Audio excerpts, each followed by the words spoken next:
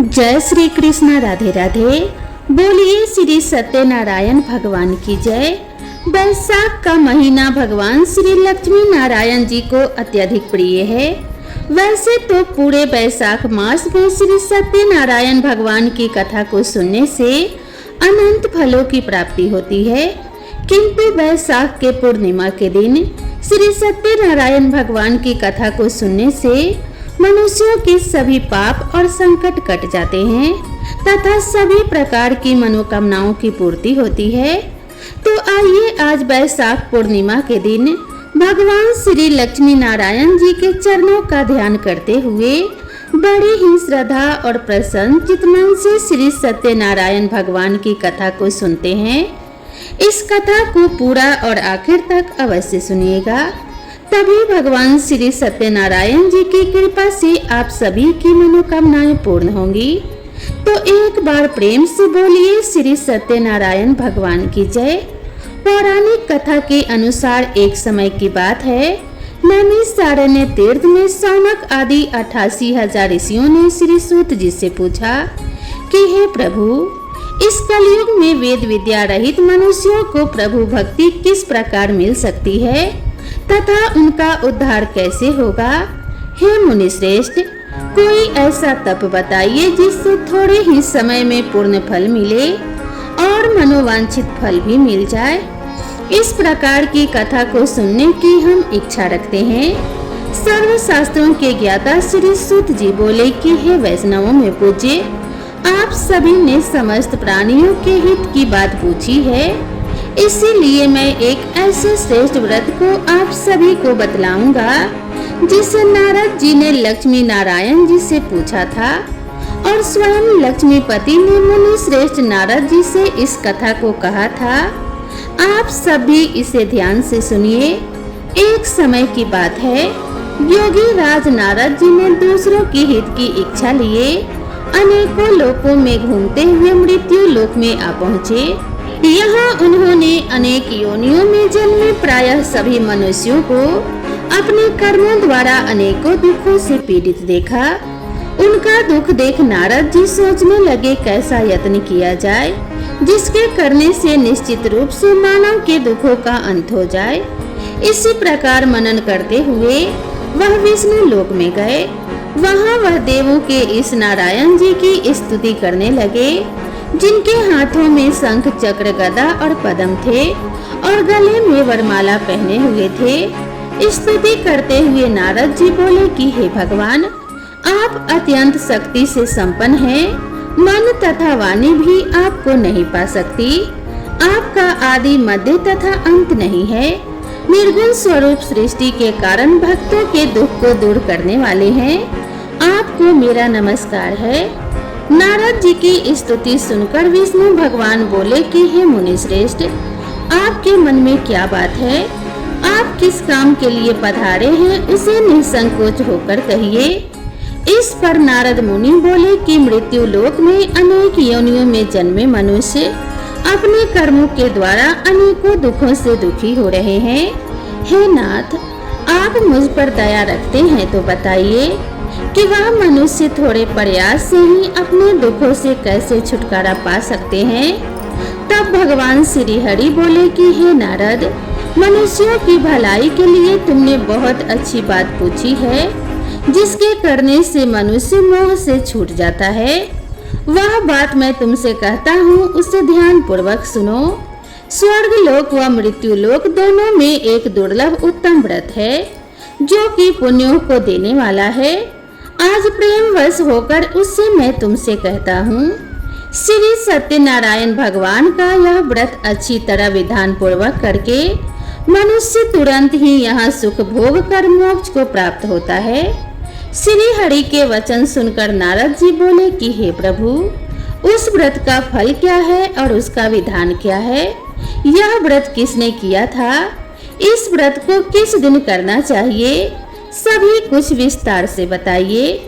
नारद जी की बात सुनकर श्री हरि बोले, दुख और शोक को दूर करने वाला, यह सभी स्थानों पर विजय दिलाने वाला है। मानव को भक्ति और श्रद्धा के साथ शाम को श्री सत्यनारायण भगवान की पूजा धर्म परायण होकर ब्राह्मणों व बंधुओं के साथ करनी चाहिए। भक्ति भाव से ही नैवेद्य केले का फल, घी, दूध और गेहूं का आटा सवाया लें।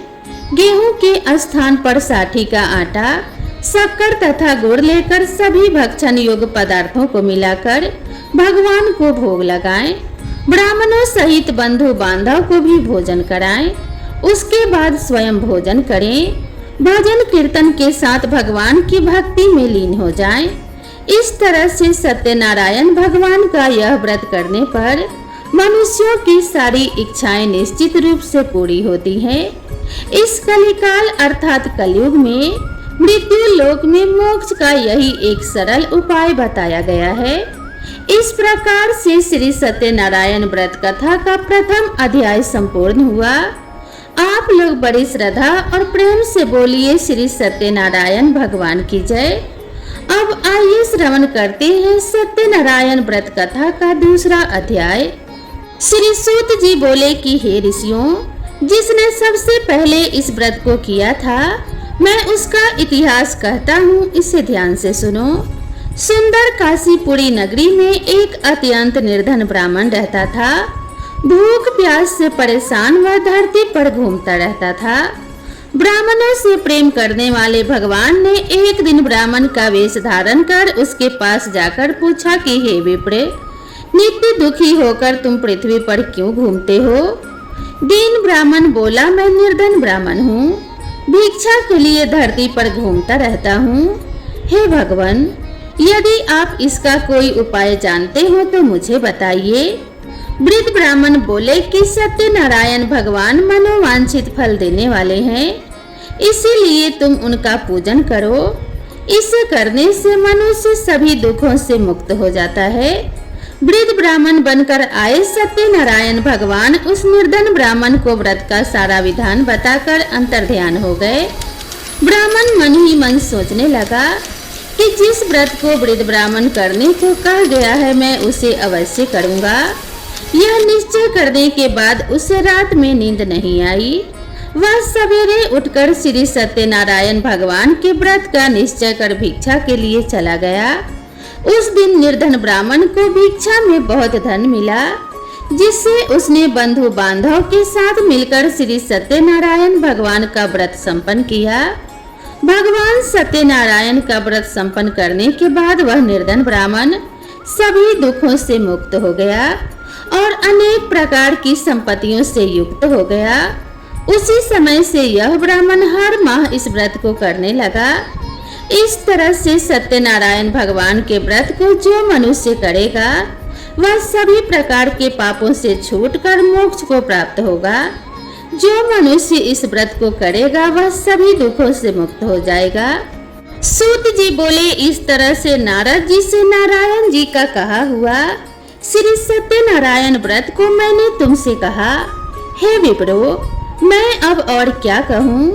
ऋषि बोले, हे मुनिवर, संसार में उस विप्र से सुनकर और किस किस ने इस व्रत को किया, हम सब इस बात को सुनना चाहते हैं। इसके लिए हमारे मन में श्रद्धा का भाव है। सूत जी बोले कि हे मुनियों, जिसने इस व्रत को किया है वह सब सुनो। एक समय वही विप्र धन और ऐश्वर्य के अनुसार अपने बंधु बांधव के साथ इस व्रत को करने को तैयार हुआ। उसी समय एक लकड़ी बेचने वाला बूढ़ा आदमी आया और लकड़ियां बाहर रखकर अंदर ब्राह्मण के घर में गया। प्यास से दुखी लकड़हारा उन्हें व्रत करते देख प्रणाम कर पूछने लगा कि आप यह क्या कर रहे हैं तथा इसे करने से क्या फल मिलेगा, कृपया मुझे भी बताइए। ब्राह्मण ने कहा कि हे राजन, सब मनोकामनाओं को पूरा करने वाला यह सत्यनारायण भगवान का व्रत है। इनकी कृपा से ही मेरे घर में धन्य धान्य आदि की वृद्धि हुई है। विप्र से सत्यनारायण व्रत के बारे में जानकर लकड़हारा बहुत प्रसन्न हुआ। चरणामृत लेकर वह प्रसाद खाने के बाद अपने घर गया। लकड़हारे ने अपने मन में संकल्प लिया कि आज लकड़ी बेचने से जो धन मिलेगा, उसी से मैं श्री सत्यनारायण भगवान का उत्तम व्रत करूंगा। मन में इस विचार को लेकर बूढ़ा आदमी सिर पर लकड़ियां रखकर उस नगर में बेचने गया जहाँ धनी लोग ज्यादा रहते थे। उस नगर में उसे अपनी लकड़ियों का दाम पहले से 4 गुना अधिक मिला। बूढ़ा प्रसन्नता के साथ दाम लेकर केले, शक्कर, घी, दूध, दही और गेहूं का आटा लिया और सत्यनारायण भगवान के व्रत की अन्य सामग्रियां लेकर अपने घर गया। वहां उसने अपने बंधु बांधवों को बुलाकर विधि विधान से श्री सत्यनारायण भगवान का व्रत और पूजन किया। इस व्रत के प्रभाव से वह बूढ़ा लकड़हारा धन, पुत्र आदि से युक्त होकर संसार के समस्त सुख भोग कर अंत काल में वैकुंठ धाम को चला गया। इसी प्रकार श्री सत्यनारायण व्रत कथा का दूसरा अध्याय संपूर्ण हुआ। आप लोग बड़े श्रद्धा और प्रेम से बोलिए श्री सत्यनारायण भगवान की जय। अब आइए श्रवण करते हैं श्री सत्यनारायण व्रत कथा का तीसरा अध्याय। सूत जी बोले कि हे श्रेष्ठ मुनियों, अब आगे की कथा कहता हूँ, उसे ध्यान पूर्वक सुनिए। प्राचीन काल में उल्कामुख नाम का एक बुद्धिमान राजा था। वह सत्यवक्ता और जितेंद्रिय था। प्रतिदिन देव स्थानों पर जाता और निर्धनों को धन देकर उनके कष्ट को दूर करता था। उसकी पत्नी कमल के समान मुख वाली तथा सती साध्वी थी। भद्र सलाला नदी के तट पर उन दोनों ने श्री सत्यनारायण भगवान का व्रत किया। उसी समय साधु नाम का एक वैश्य आया। उसके पास व्यापार करने के लिए बहुत सा धन भी था। राजा को व्रत करते देखकर वह विनय के साथ पूछने लगा कि हे राजन, भक्ति भाव से पूर्ण होकर आप यह क्या कर रहे हैं? मैं सुनने की इच्छा रखता हूँ, इसीलिए आप मुझे बताने का कष्ट करें। राजा बोला कि हे साधु, अपने बंधु बांधवों के साथ पुत्र आदि को प्राप्त करने के लिए एक महाशक्तिशाली श्री सत्यनारायण भगवान का व्रत और पूजन कर रहा हूँ। राजा के वचन सुन साधु आदर से बोला कि हे राजन, मुझसे इस व्रत का सारा विधान कहिए। आपके कथन अनुसार मैं इस व्रत को करूँगा। मेरी भी संतान नहीं है और इस व्रत को करने से निश्चित रूप से मुझे संतान की प्राप्ति होगी। राजा से व्रत का सारा विधान सुनकर व्यापार से निवृत्त होकर वह अपने घर गया। साधु वैश्य ने अपने पत्नी को संतान देने वाले इस व्रत का वर्णन कह सुनाया और कहा, जब मेरी संतान होगी तब मैं भी इस व्रत को अवश्य करूँगा। साधु ने इस तरह के वचन अपनी पत्नी लीलावती से कहे। एक दिन लीलावती पति के साथ आनंदित हो संसारिक धर्म में प्रवृत्त होकर श्री सत्यनारायण भगवान की कृपा से गर्भवती हो गई। 10वें महीने में उसके गर्भ से एक सुंदर कन्या ने जन्म लिया। दिनों दिन वह बालिका ऐसे बढ़ने लगी जैसे शुक्ल पक्ष का चंद्रमा बढ़ता हो। माता पिता ने अपने कन्या का नाम कलावती रखा। एक दिन लीलावती ने मीठे शब्दों में अपने पति को याद दिलाया कि आपने श्री सत्यनारायण भगवान का व्रत जिसको करने का संकल्प लिया था उसे करने का समय आ गया है। साधु बोला कि हे प्रिय, इस व्रत को मैं उसके विवाह पर करूँगा। इस प्रकार अपनी पत्नी को आश्वासन देकर वह नगर को चला गया। कुछ वर्षों के तत्पश्चात कलावती शादी के योग्य हो गई। साधु ने एक बार नगर में अपने कन्या को सखियों के साथ देखा तो तुरंत ही पुरोहित को बुलाया और कहा, मेरी कन्या विवाह योग्य हो गई है, इसके लिए योग्य वर देख कर आओ। साधु की बात सुनकर पुरोहित कंचन नगर में पहुंचा और वहां देखभाल कर लड़की के लिए सुयोग्य वर ढूंढा। साधु ने बंधु बांधवों को बुलाकर अपने पुत्री का विवाह कर दिया। लेकिन दुर्भाग्य की बात यह थी कि साधु ने अभी भी श्री सत्यनारायण भगवान का व्रत नहीं किया। इस पर श्री सत्यनारायण भगवान क्रोधित हो गए और श्राप दिया कि साधु को अत्यधिक दुख मिले। अपने कार्य में कुशल साधु बनिया जमाई को लेकर समुद्र के पास स्थित रत्नापुर नगर में गया। वहां जाकर ससुर दामाद दोनों मिलकर चंद्रकेतु नामक राजा के नगर में व्यापार करने लगे। एक दिन भगवान श्री सत्यनारायण की माया से एक चोर राजा का धन चुराकर भाग रहा था।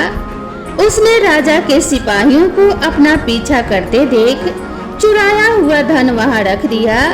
जहाँ साधु अपने जमाई के साथ ठहरा हुआ था।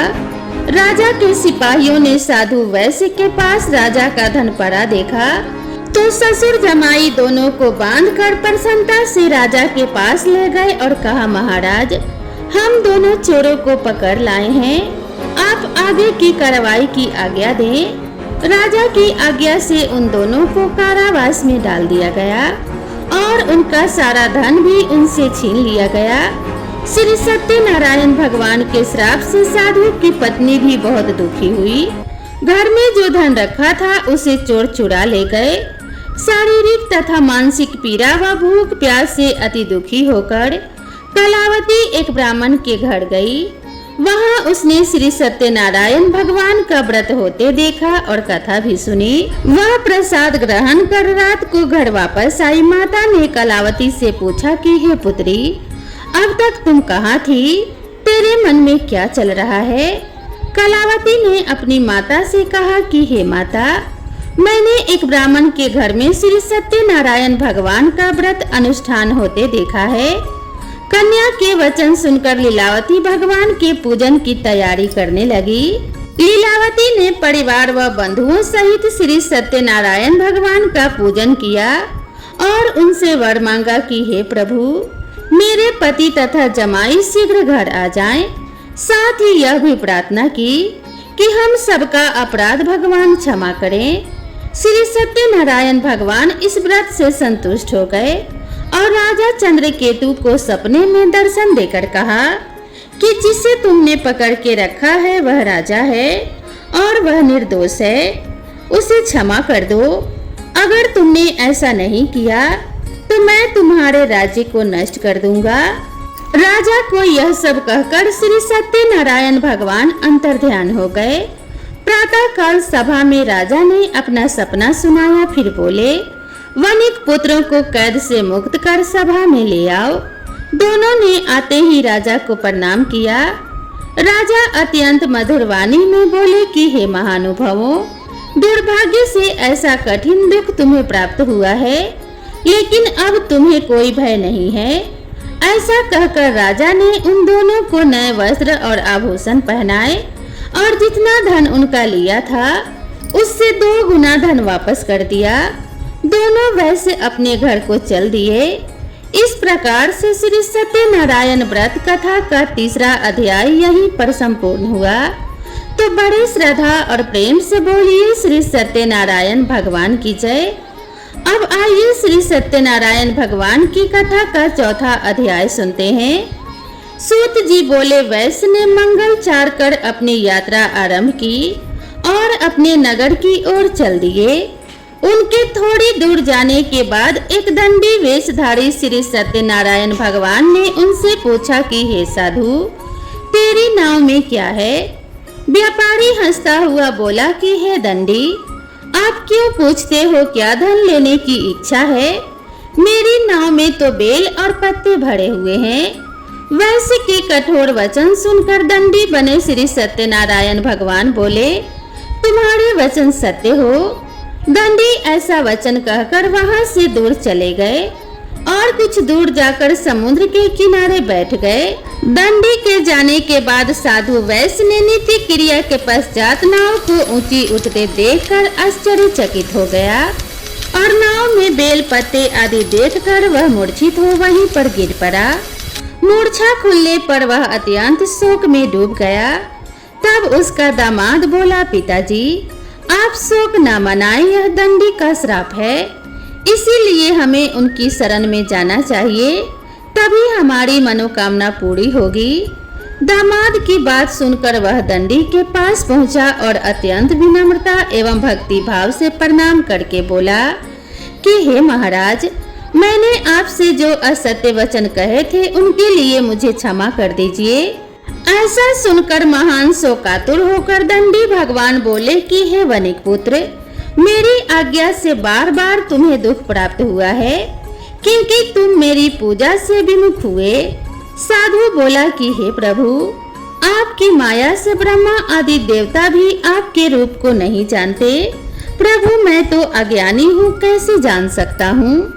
आप प्रसन्न होइए प्रभु, अब मैं अपनी सामर्थ्य के अनुसार आपकी पूजा करूंगा। हे प्रभु, मेरी रक्षा कीजिए और पहले के समान नौका में धन्य धान्य भर दीजिए। साधु वैश्य के भक्ति पूर्ण वचन सुनकर भगवान प्रसन्न हो गए और उसकी इच्छा अनुसार वरदान देकर अंतर्ध्यान हो गए। ससुर जमाई जब नाव में लौटे तो नाव धन से भरी हुई थी। फिर वही अपने अन्य साथियों के साथ श्री सत्यनारायण भगवान का पूजन कर अपने नगर को चल दिए। जब नगर के नजदीक पहुँचे तो दूत को अपने घर पर खबर करने के लिए भेज दिया। दूत साधु की पत्नी को प्रणाम कर कहता है कि हे माता, स्वामी अपने दामाद सहित नगर के निकट आ गए हैं। दूत की बात सुन साधु की पत्नी लीलावती ने बड़े हर्ष के साथ श्री सत्यनारायण भगवान का पूजन कर अपनी पुत्री कलावती से कहा कि हे पुत्री, मैं अपने पति के दर्शन को जा रही हूँ, तू कार्य पूर्ण कर शीघ्र आ जाना। माता के ऐसे वचन सुनकर कलावती जल्दी से प्रसाद को छोड़कर अपने पति के पास चली गई। प्रसाद की अवज्ञा के कारण श्री सत्यनारायण भगवान रुष्ट हो गए और नाव सहित उसके पति को पानी में डुबो दिया। कलावती अपने पति को वहां न पाकर रोती हुई जमीन पर गिर गई। नाव को डूबा हुआ देखकर और कन्या को रोता हुआ देखकर साधु दुखी होकर बोला कि हे प्रभु, मुझसे तथा मेरे परिवार से जो भी भूल हुई है उसे क्षमा करें। साधु के दीन वचन सुनकर श्री सत्यनारायण भगवान प्रसन्न हो गए और आकाशवाणी हुई कि हे साधु, तेरी कन्या ने मेरे प्रसाद को छोड़कर मेरा अपमान किया है। वह प्रसाद छोड़कर आई है, इसीलिए उसका पति अदृश्य हो गया है। यदि वह घर जाकर प्रसाद खाकर लौटती है तो उसे उसका पति अवश्य मिलेगा। ऐसी आकाशवाणी सुनकर कलावती घर पहुंचकर प्रसाद ग्रहण करती है और फिर आकर अपने पति का दर्शन करती है। इसके बाद साधु अपने बंधु बांधव सहित श्री सत्यनारायण भगवान का विधि विधान से पूजन करता है। इस लोक का सुख भोगने के बाद अंत में स्वर्ग जाता है। इस प्रकार से श्री सत्यनारायण भगवान व्रत कथा का चतुर्थ अध्याय संपूर्ण हुआ। बड़े ही श्रद्धा और प्रेम से बोलिए श्री सत्यनारायण भगवान की जय। अब आइए श्री सत्यनारायण भगवान की कथा का 5वां अध्याय सुनते हैं। सूत जी बोले कि हे ऋषियों, मैं और भी एक कथा सुनाता हूँ, उसे भी ध्यान पूर्वक सुनो। प्रजा पालन में लीन तुंगध्वज नाम का एक राजा था। उसने भी भगवान का प्रसाद त्याग कर बहुत दुख सहन किया। एक बार वन में जाकर वन्य पशुओं को मारकर वह वट के पेड़ के नीचे आया। वहां उसने ग्वालों को भक्ति भाव से अपने बंधुओं सहित सत्यनारायण भगवान का पूजन करते देखा। अभिमानवश राजा उन्हें देखकर भी पूजा स्थल पर नहीं गया और न ही उसने भगवान को नमस्कार किया। ग्वालों ने राजा को प्रसाद दिया, लेकिन उसने वह प्रसाद नहीं खाया और प्रसाद को वहीं छोड़कर अपने नगर को चला गया। जब वह नगर में पहुंचा तो वहां सब कुछ तहस नहस हो चुका था। वह राजा शीघ्र ही समझ गया कि यह सब भगवान ने ही किया है।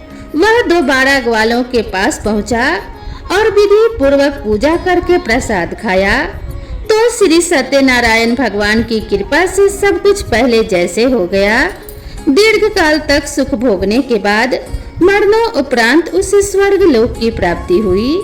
जो मनुष्य परम दुर्लभ इस व्रत को करेगा अथवा सुनेगा, भगवान श्री सत्यनारायण की अनुकंपा से उसे धन्य धान्य की प्राप्ति होगी। सत्यनारायण भगवान की कृपा से निर्धन धनी हो जाता है और दुर्बल बलवान हो जाता है। संतानहीन मनुष्य को संतान सुख मिलता है और सारे मनोरथ पूर्ण होने पर मानव अंतकाल में वैकुंठ धाम को जाता है। सूत जी बोले, जिन्होंने पहले इस व्रत को किया अब उनके दूसरे जन्म की कथा भी सुनिए।